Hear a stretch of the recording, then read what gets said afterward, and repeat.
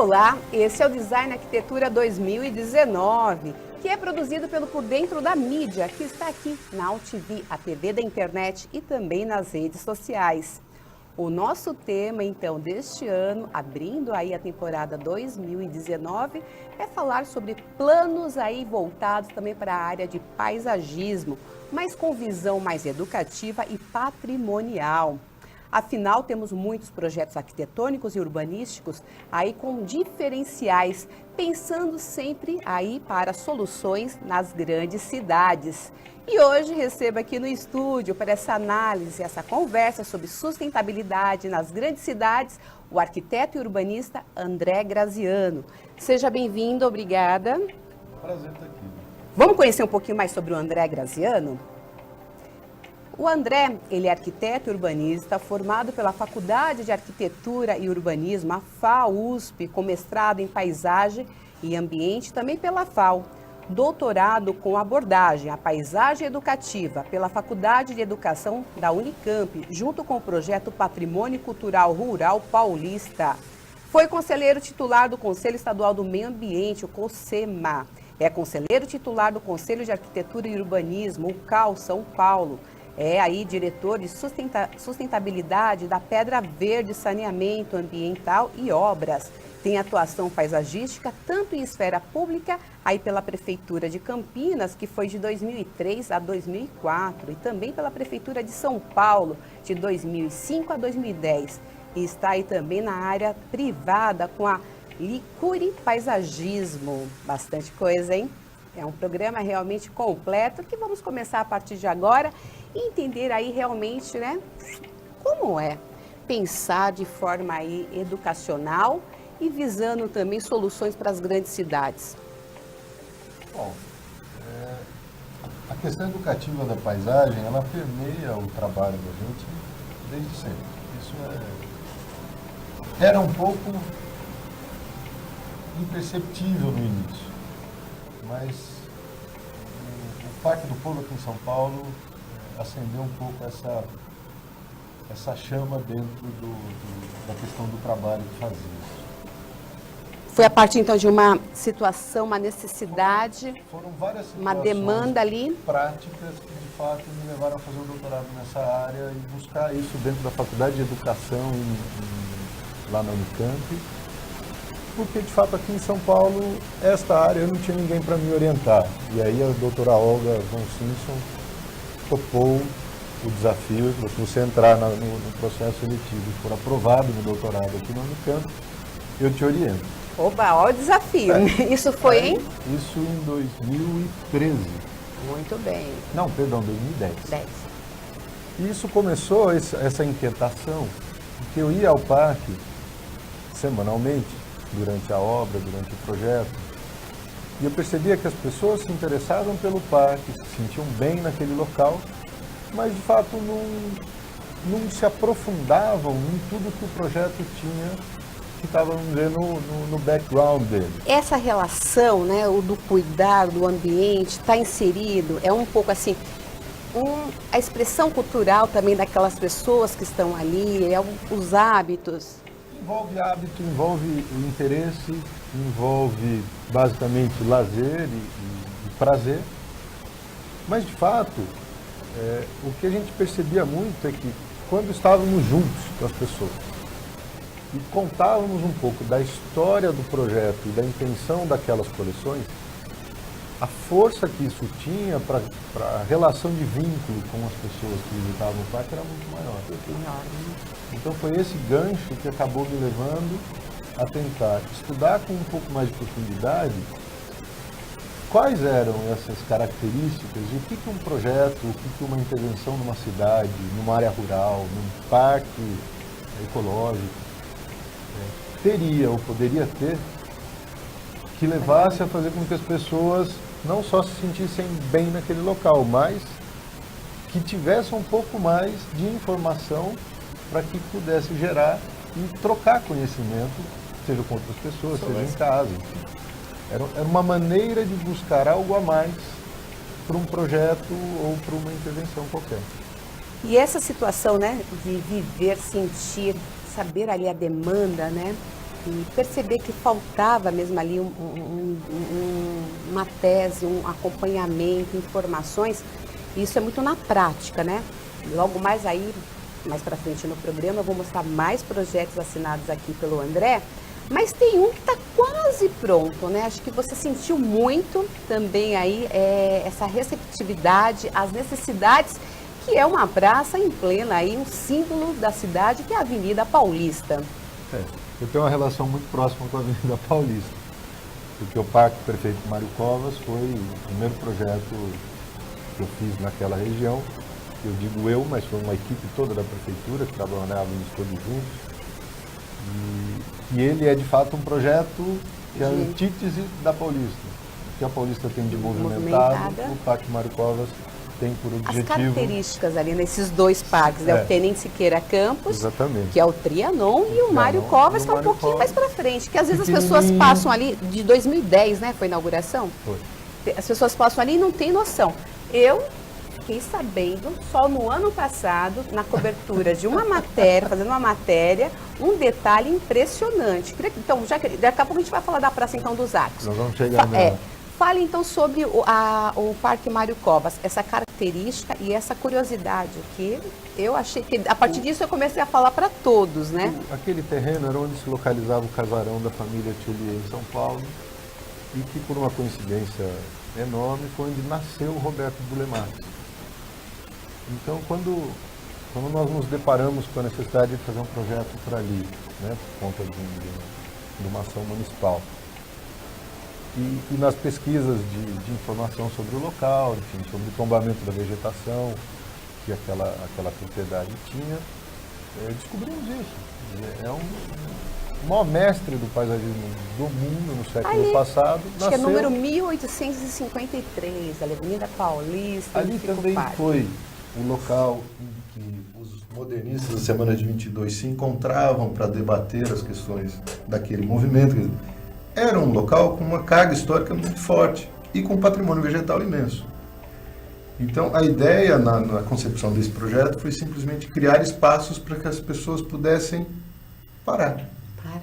E ao parar, pensar, refletir. E ele tem algo diferente. Ele é convidativo dessa maneira, né? A distribuição ali das mesas, o passear, né? Você pode tranquilamente ali separar um momento para reflexão, para leitura, viu? Muito legal por lá. E até sim, já que as pessoas acabam passando ali, vamos fazer um lanche rápido, utilizar. E tem uma coisa bacana também dentro do parque, além dessa visitação, é tudo muito pertinho, né? Você tá já nas alamedas, né? Nos caminhos ali, vendo já a vegetação, praticamente em cima da vegetação. Isso, acho que essa aproximação, né, foi possível, né? Foi. E nós conseguimos colocar ali algumas espécies que hoje são nomeadas por conta do Roberto.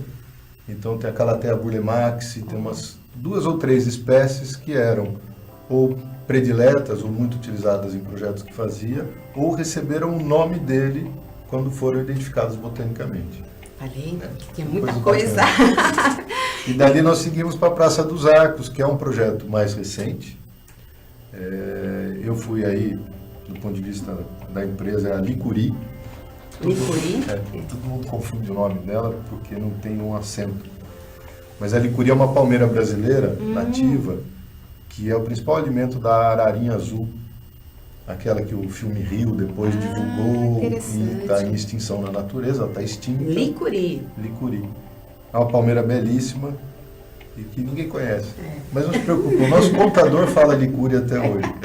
18 anos de empresa e ele ainda... Muito bem, então aqui mais informações, tudo bem atualizado. Vamos ver então um pouquinho as imagens aí da Praça dos Arcos e também trazer aqui para vocês, olha, isso aqui é uma foto antiga, hein? Só para vocês terem uma noção que essa praça, o nome oficial é Praça Marechal Cordeiro de Farias, que tem o início aí no final da Avenida Paulista, tem bastante esquinas, né?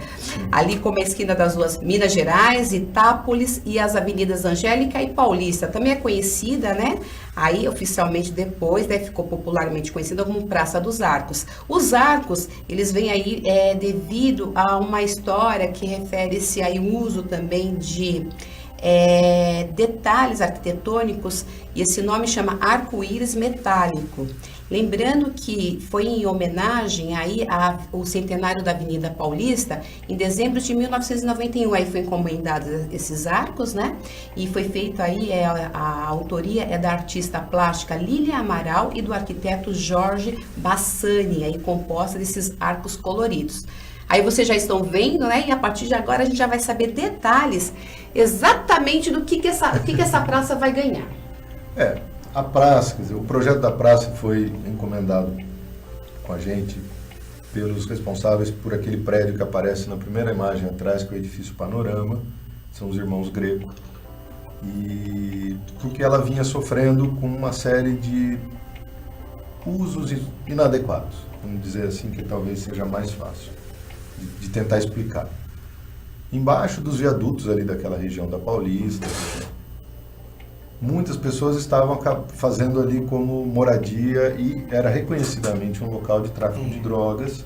Hoje, com ações mais fortes da prefeitura, da polícia, da Paulista Viva, que é outra que fica defendendo bastante os interesses da região, óbvio, a Cracolândia da Paulista, como era chamada, acabou minimizando, e parte desse esforço é o esforço da obra da praça.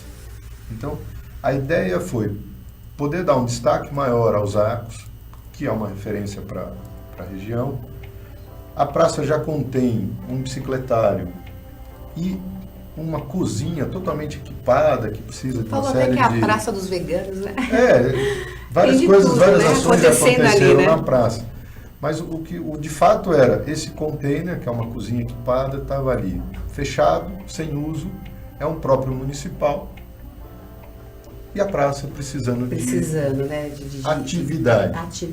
Porque na nossa visão urbana, o que traz segurança ao espaço é o uso.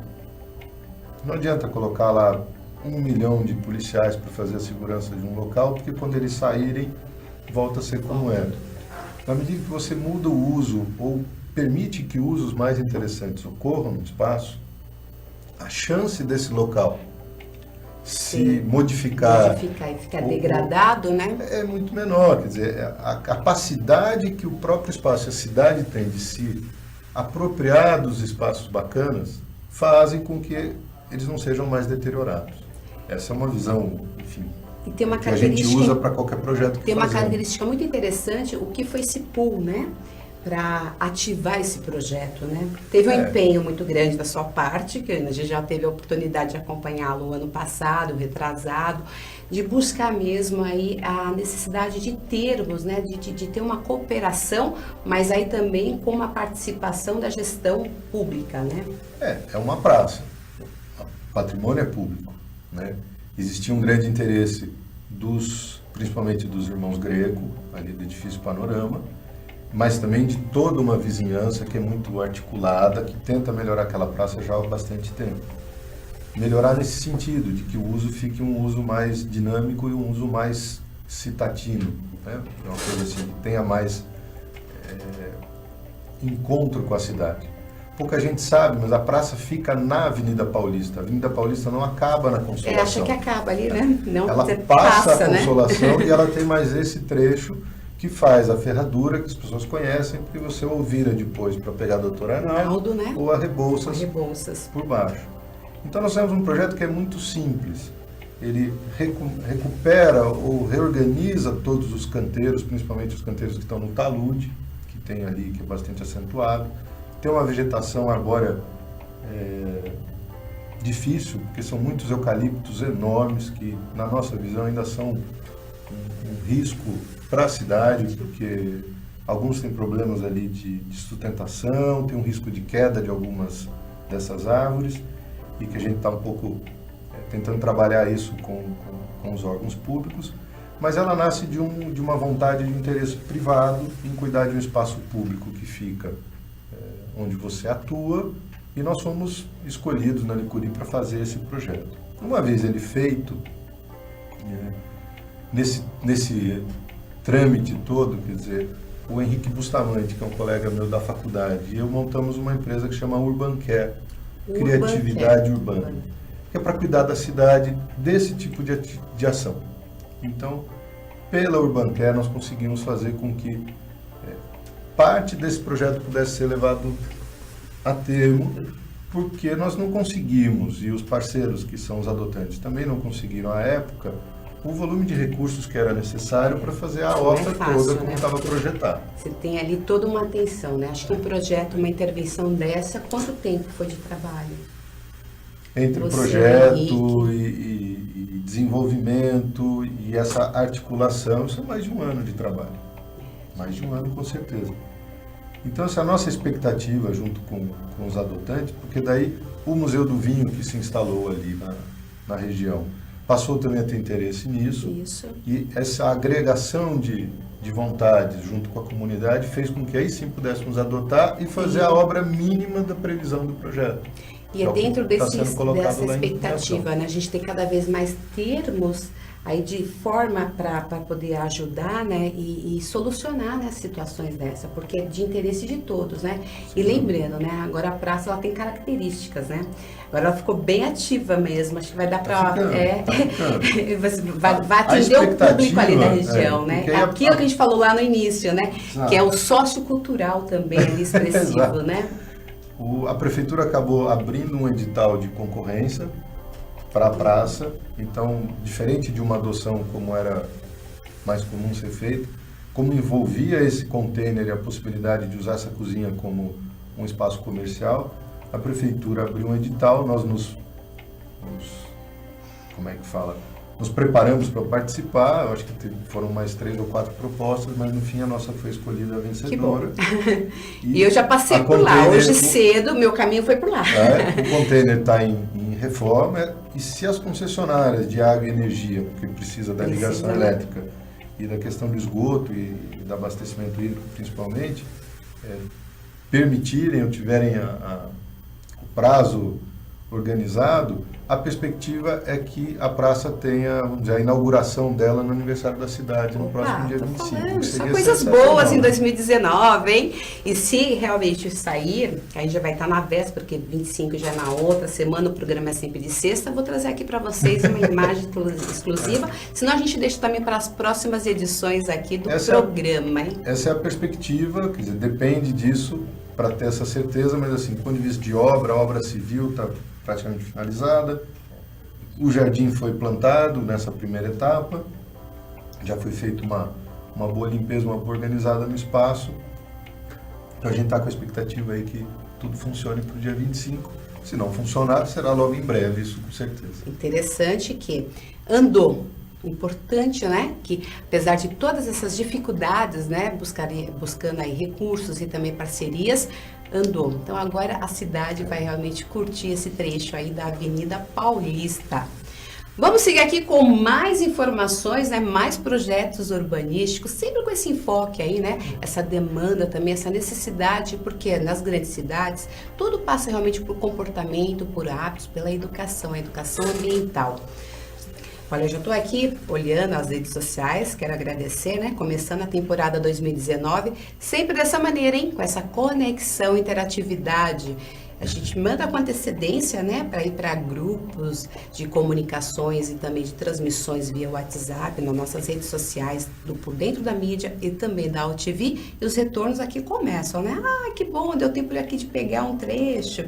Quem mandou esse recado foi a Aline Garcia. Legal, Aline! Temos aqui também um alô para Cris Pelo, também para Bento Ferreira, para Cíntia Moraes, uma grande arquiteta parceira também aqui do Por Dentro da Mídia. E temos aqui um recado que está vindo, sabe de onde? Do Paraná. É o Eldon. Ele quer saber o seguinte: como pensar mais também para a conexão da questão da Paulista e outros espaços verdes, principalmente os canteiros. Parei aqui porque a gente também já ia entrar em canteiros da Avenida Paulista. O que é pensar nas grandes cidades, grandes avenidas e ter essa característica, né? Que todo mundo quer ter uma avenida de expressão, uma avenida bonita, mas verde, mais florida, né? Como pensar nisso? E a Paulista já teve vários modelos, né? Já. Bom, na época da Prefeitura de São Paulo, nós fomos instados a fazer melhorias nas avenidas e nos canteiros centrais. Isso foi bastante feito de 2005 para frente. Nós estabelecemos um novo padrão de conservação, porque passamos a usar algumas plantinhas que não eram tanto usadas, hoje parece que a gente chama de carne de vaca, porque tem em todo lugar, mas assim, o amendoim ornamental, a grama amendoim, nós plantamos na Avenida da Consolação em 2005. Na 23 de maio, esse plantio também começou em 2005. Sim. Hoje tem na cidade toda. É uma leguminosa, fixa nitrogênio no solo, ajuda e diminui o custo de conservação dos canteiros. E no verão dá florzinhas amarelinhas e tal, deixa a cidade alegre. Tira aquela cara de, grama é só grama. Não, ela ainda traz as flores, né? Então tem um pouco essa visão. Como essa, na época que eu coordenava a parte de adoção de áreas verdes e intervenções na prefeitura, nós fizemos uma disseminação de algumas espécies que tinham esse caráter de ter um custo muito menor de manutenção, porque elas se autorreplicam, né? Então, inevitavelmente, em qualquer que seja o local urbano, você tem que pensar em plantas que tenham uma rusticidade muito grande, que estejam vamos dizer, acostumadas a serem depredadas, ou seja, tem uma grande capacidade de regeneração, né? E isso passa por uma questão de estudo, trabalho, conhecer a vegetação. É o que o mestre Burle Marx dizia sempre. Conhecer. Seu repertório, ele tem que ser o mais amplo possível. Porque se você conhece só as vogais, você não consegue se comunicar com todo mundo. Perfeito. Então você precisa conhecer as vogais, precisa conhecer as consoantes, depois precisa conhecer as concordâncias, depois, enfim. A língua do paisagista, seja ele arquiteto, seja ele de outra formação, passa pela vegetação. A criação do espaço tem uma questão arquitetônica muito forte, mas é a vegetação que faz, principalmente numa questão brasileira, com o clima que a gente tem, faz muita diferença. E isso é que fez com que Burle Marx virasse essa referência enorme que é, porque ele não só conseguia compreender esse espaço, mas ele fazia com que as pessoas percebessem as plantas. Uhum. E com as plantas vêm animais e uma série de outras coisas, e vêm sentimentos que às vezes as próprias pessoas não reconhecem. É o perceber. Exatamente. Ó, mais um alô aqui pro Valdecir Caetano, ele tá na Rua do Gasômetro, bacana, Valdecir, legal, hein? Luciano Violeiro, esse é do interior, Casa Blanca. E também tem aqui a Valquíria e a Coca. A Valquíria e a Coca aqui com a gente também ao vivo, mandando um alô. E chegou mais um aqui que é a Stephanie Souza, e querendo saber um pouco mais aí de informações sobre ensino. Acho que a gente acabou de dar aí uma bela de uma exploração e ressaltamos o pensamento Burle Marx, né? Mas ela quer saber o seguinte, como que está essa separação quando a gente fala em arquitetura, urbanismo e arquitetura, urbanismo com paisagismo? Acho que ainda tem essa questão de que paisagista não pode cuida de um trecho e o arquiteto ou o design cuida de outro. Acho que é esse pensamento, tem que ser completo, né? Você tem que estar conectado, né? Oficialmente, o que regimenta hoje as questões de projetos de paisagismo, de arquitetura paisagística, é a formação em arquitetura. Eu, particularmente, sou filho de 2 agrônomos. Meu sócio, Malicuri, é um Por favor, agrônomo. dê os nomes que todo mundo vai reconhecer. Minha mãe Thaís, meu pai o Chico, meu sócio é o Luiz Mates, que é para mim talvez o maior paisagista do Brasil, Sim. que eu conheça, apesar de ser quase desconhecido do grande público. Muito amigo do Roberto, por muitos anos. Então, assim, eu não tenho esse medo de dizer, não, quem faz isso é arquiteto. Burle Marx era artista plástico. E, eu vou entrar nesse detalhe. A questão não é assim, não passa simplesmente pela sua formação. A formação ajuda muito e a formação em arquitetura te dá uma possibilidade de desenvolvimento enorme nisso. Isso não quer dizer que um engenheiro agrônomo, que um artista plástico, enfim, que um biólogo não possa ser um bom paisagista. Temos inúmeros paisagistas, principalmente também, os mais antigos. Acho que o repertório são também muito bons. nesse contexto, né? Exatamente. Aquela coisa, você não pode parar de estudar, você não pode se limitar a uma única linha de ação. Então, se você tende a ser completo ou buscar ser completo na sua atividade, inevitavelmente a sua chance de sucesso é maior. Do ponto de vista do ensino, mesmo nas faculdades de arquitetura, a questão paisagística ainda é muito deixada de lado. Oficialmente, pelo currículo, as faculdades são obrigadas a ter um semestre de paisagismo. Sim. Com toda perdão aos arquitetos de edificações, ou, enfim, os urbanistas que são muito amigos, eu conheço muitos, obviamente. A paisagem é muito mais do que isso, né? O urbano e a paisagem não tem dissociação. Essa O relação rural tá e a direta, paisagem né? não tem dissociação. Não tem. Então, né, essa mística de que o arquiteto atua na cidade, assim, não, o arquiteto atua em tudo. O paisagista atua mais ainda. Mais ainda. Então não dá para focar a questão do paisagismo dentro de uma única carreira. Eu tenho a oportunidade hoje de ser diretor financeiro da ABAP, que é a Associação Brasileira de Arquitetos Paisagistas. E a nossa perspectiva para esse ano é, de forma assim, muito clara, é voltar a ter um ritmo de aulas de formação continuada para qualquer tipo de profissional que atue na paisagem. Não só para arquitetos, agrônomos ou biólogos, para qualquer pessoa que de uma forma ou de outra atue na paisagem ou queira atuar na paisagem. Então, 2019 deve ser um ano em que esses cursos de abertura de percepção na ABAP passem a ser uma frequência maior. E vamos trazer aqui esses detalhes para vocês também acompanharem. Vamos então passar rapidinho pelos projetos assinados aí pelo André Graziano, já que estamos quase no finalzinho aqui do programa, passou rápido, né? Ó, a primeira imagem, a gente está vendo a Praça Irmãos Carman, é isso, né? Aí a próxima é o Parque Mário Covas, que falamos agora há pouco. Ó, o Parque do Povo, também mencionado. Também o Parque Esther Mesquita. Aí depois a próxima é Zilda Anatel e Orquidário Ruth Cardoso.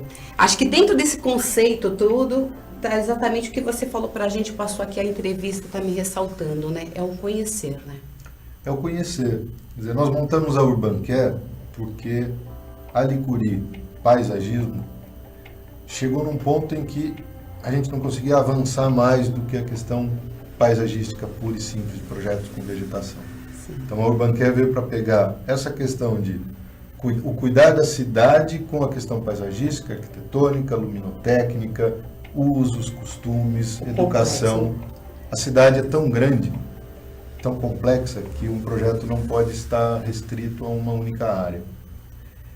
A Praça dos Arcos vai ter shows de jazz quando ela estiver inaugurada, né? Cultural, né? Essa intervenção, essa mistura. O Parque Mário Covas já foi o palco de várias celebrações de Natal na Avenida Paulista. O Parque do Povo já deu aulas de bumerangue para as pessoas de forma gratuita. Então, são coisas que as áreas verdes são o potencial de uso e a questão educativa, o quanto isso pode formar de bons cidadãos a cidade, não pode ser relegado. Então, por isso que Urbancare, criatividade urbana, é justamente porque a ideia é como cuida da cidade, mas de forma criativa. Muito bem, viu? E como a paisagem muda a nossa vida. Vai ter que voltar, porque o programa já deu horário, foi uma delícia, né? Mais abraços aqui também para a Vilma Peramesa, Marisa Santos, aí toda a turma também, a equipe da Associação Paulista Viva, hein? Todas, um grande abraço para vocês, sempre juntos aqui também na AltV, no Design e Arquitetura. Ficamos então por aqui, só vou pedir ao André para deixar rapidinho os caminhos aí para localizar, o telefone, redes sociais, essas coisas. Vocês me encontram no Facebook, no Instagram, nós temos a página da Licuri Paisagismo e a minha própria, que é o AT Graziano, Urbancare, enfim, Licuri, o site. Procura aqui o programa, a gente deixa resolvido, marcado. Hein? E tudo realmente aqui na nossa página do Por Dentro da Mídia e na AltV. Ficamos por aqui, hein? Volto na próxima semana com uma pauta totalmente especial. Afinal, o ano começou.